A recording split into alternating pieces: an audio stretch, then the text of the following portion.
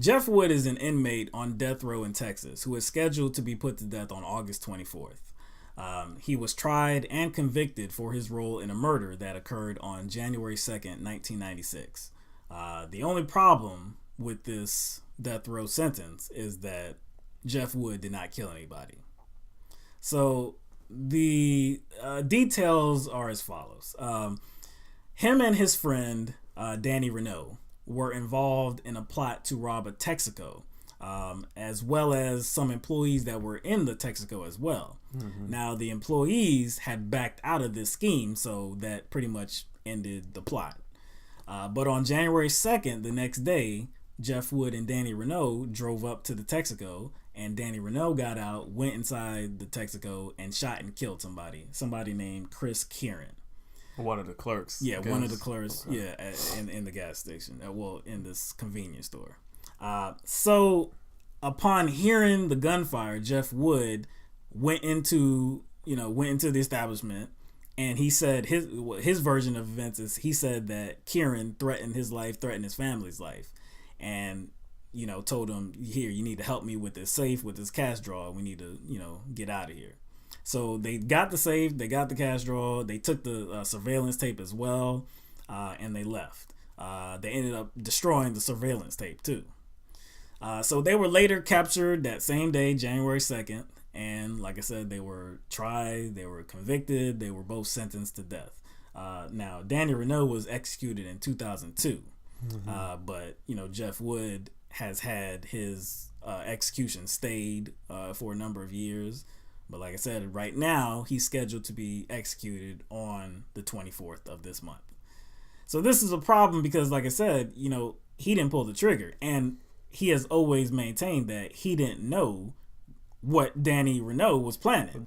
But the story is, it's a little bit more complicated when you throw in the issue of competency. Mm-hmm. Then it gets a little bit more complicated. So Jeff Wood... this is an article from the Washington Post. It says, by the time he reached high school, he was spelling at a 4th grade level and reading at a 5th grade level. He is borderline mentally disabled with an IQ of 80. His mother described him as an 8-year-old in a man's body. Wood was committed to a mental health hospital after he was found incompetent. A neuropsychologist had testified that Wood was delusional, unable to grasp the issues about his case and the reality facing him. But Wood was released after 15 days in the hospital. Court records say the hospital tested his factual understanding of legal proceedings, but not his ability to be rational. So initially, he was found to be incompetent to stand trial. Initially. But then after, 15 days in the hospital, they released him. They tested his ability to know the legal proceedings. Like, does he know what's going to happen, but not his rationale. They didn't test that at all. Like him knowing the process and what could happen, to me, it says nothing to like his cognitive ability. Essentially, saying, "Oh, this is there's a crime committed, and I was charged, and I'm going to court, and I could be sentenced." Right. It's really not that's really not hard to understand. A 5-year-old understands a crime and punishment. A mentally disabled person could understand. Yeah, they understand crime, but that doesn't mean they understand their involvement in whatever they did. And obviously, since he was evaluated, it was shown that he isn't really competent, and then his reading level wasn't that as high as it should have been. So that should tell them right there. That should tell prosecutors right there, you're not dealing with an actual grown man. Right. So after, like I said, so he was declared, mentally fit to stand trial, and he did. So he was convicted. So after the conviction, but before the penalty phase took place, he tried to fire his lawyers and represent himself. He wanted to be his own counsel. The judge said that he was incompetent to do so. So, wait. So they determined that he was mentally fit enough to stand trial. Right.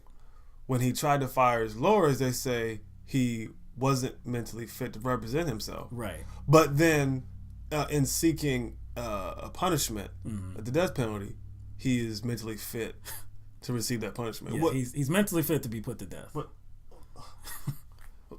Okay. And then so the penalty phase took place. Jeff Wood instructed his attorneys to do absolutely nothing.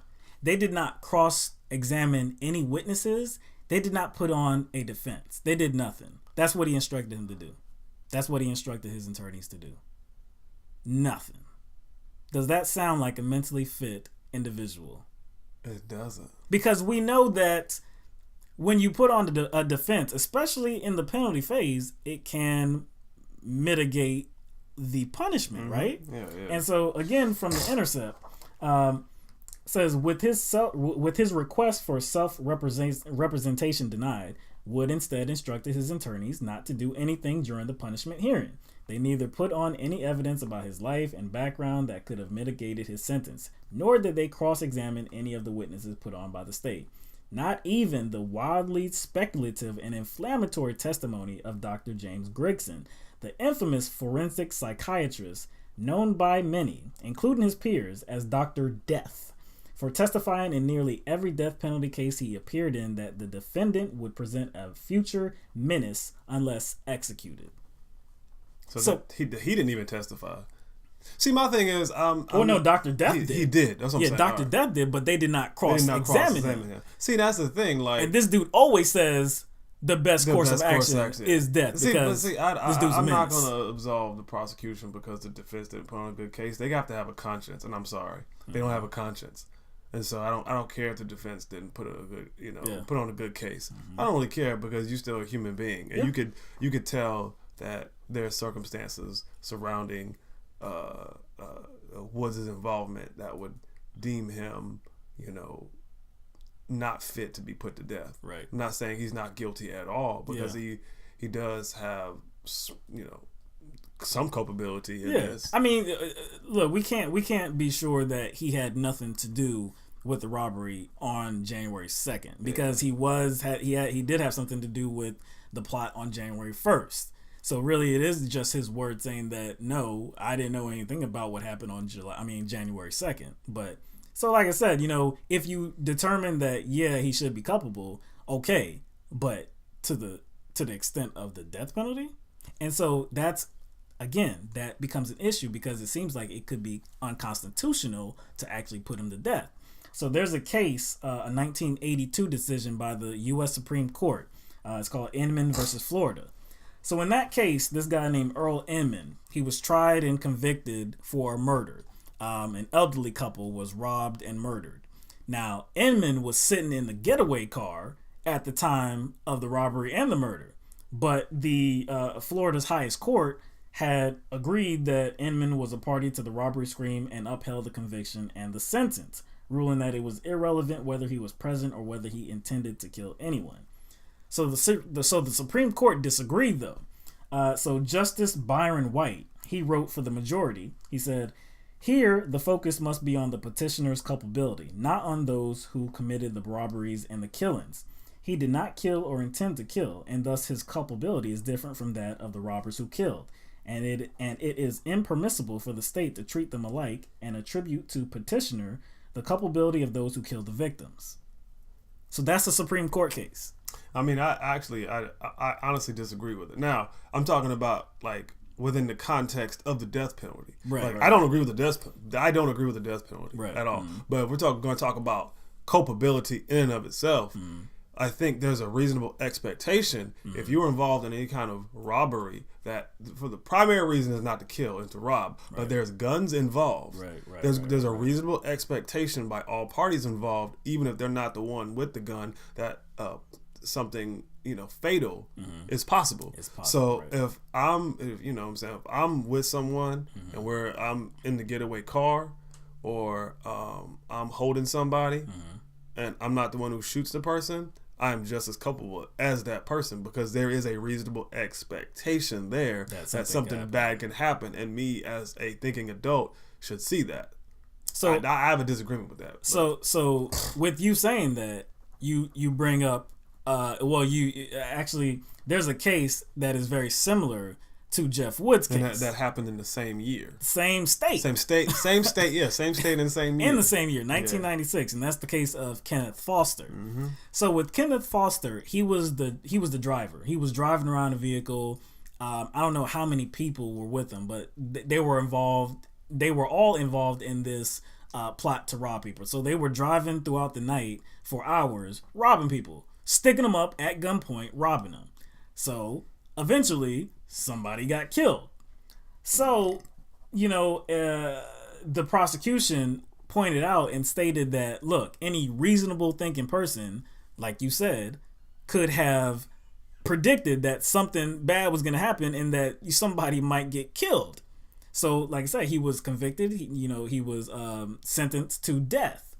Now, the governor at the time was Rick Perry. Mm-hmm. Rick Perry of Texas, the one that just ran for president the last 2 election cycles, the Republican. Now, when Rick Perry was governor, he was governor for over 300 executions in the state of Texas. There was only one time, where he used his discretionary power to grant clemency to somebody, and that was Kenneth Foster.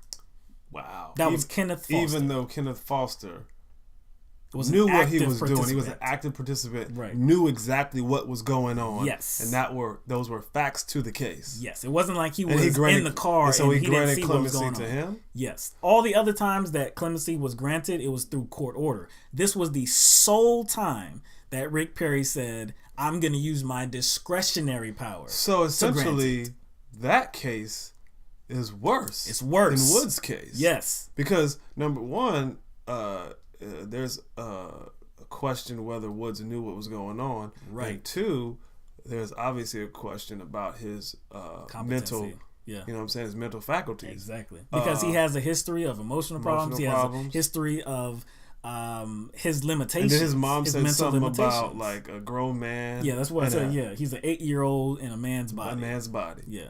So who's the governor now? The governor is Greg Abbott. Mm-hmm. So, like I said, there's a lot of pressure being put on him, and rightly so, for him to commute his sentence to life, or to grant clemency to Jeff Wood, because I believe he deserves it. Because comparatively, if you look at the crime done in that state in that year, right. You would think that there's just as much reason to commute his sentence. Right. You know what I'm saying? You can't. Right. And see, and that brings me to my pretty much the major point in all this. It doesn't seem like, as a country, we're responsible enough to even have this type of punishment. You said it so perfectly right there. We are not responsible enough to have this power, because we know that innocent people have been put to death. We know that people with mental disabilities have been put to death, mm-hmm. and are scheduled to be put to death. So if one person is unjustly executed, this system is so flawed, it has to be scrapped. Because it's not like we're saying, oh, you're going to lose your t-shirt or you're going to lose your cookie. No, we're talking about human life, mm-hmm. and you're not going to get that life back. The families aren't going to get their loved ones back. So it's so irresponsible to have this penalty in place when it is not treated responsibly. It's pretty, or just, I guess, under the umbrella of responsibility comes consistently. Exactly. But see, and we know that the justice system is flawed, right?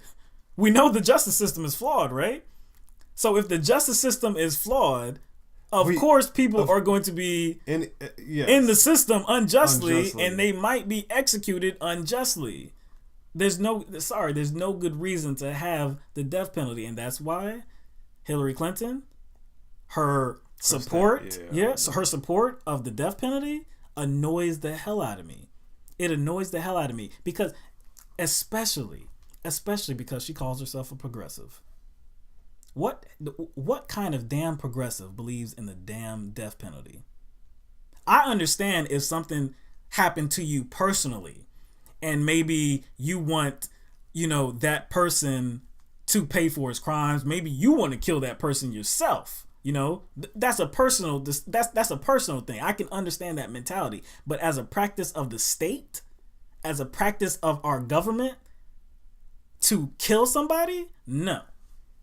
You can't call yourself a progressive and you believe in that. No. Especially when we know, like I said, that it happens unjustly. So, like I said, this is just a few days away now. You know, Jeff Wood is set to be executed on August 24th. So that's this coming week. This coming week, I believe it's Wednesday. Yeah, I believe it's on Wednesday. It is. So, what a lot of people are doing are calling this governor, Governor Greg Abbott. You know, sending messages to him. You know, like I said, there's a lot of articles that are being written about this. I've seen a lot of coverage about it. And like I said, we just need to keep putting pressure on this governor because Jeff Wood does not need to die for this. You know, if you want to make him pay for his crime by having him in prison, so be it. But do not end his life.